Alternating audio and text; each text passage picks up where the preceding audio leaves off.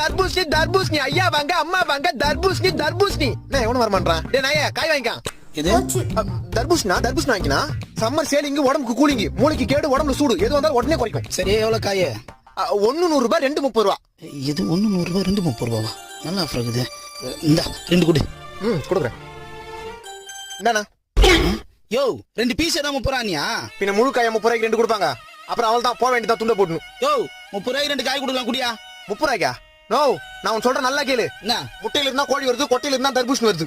கோயில இருந்து வர முட்டையை 3 ரூபாய்க்கு தர மாட்டான். நான் இப்ப நான் கொட்டையில இருந்து வந்த தர்பூசணி 30 ரூபாய்க்கு கொடுப்பேன்.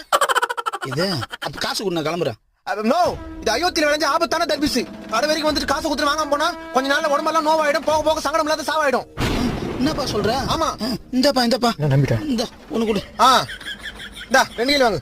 லூஸ் மாதிரி யோசிக்காம வீட்டுக்கு எடுத்து ஜூஸ் போட்டு குடி. சரிப்பா இன்னும் 2 காய் எக்ஸ்ட்ரா எடுத்துக்கலாம் போல இருக்குது.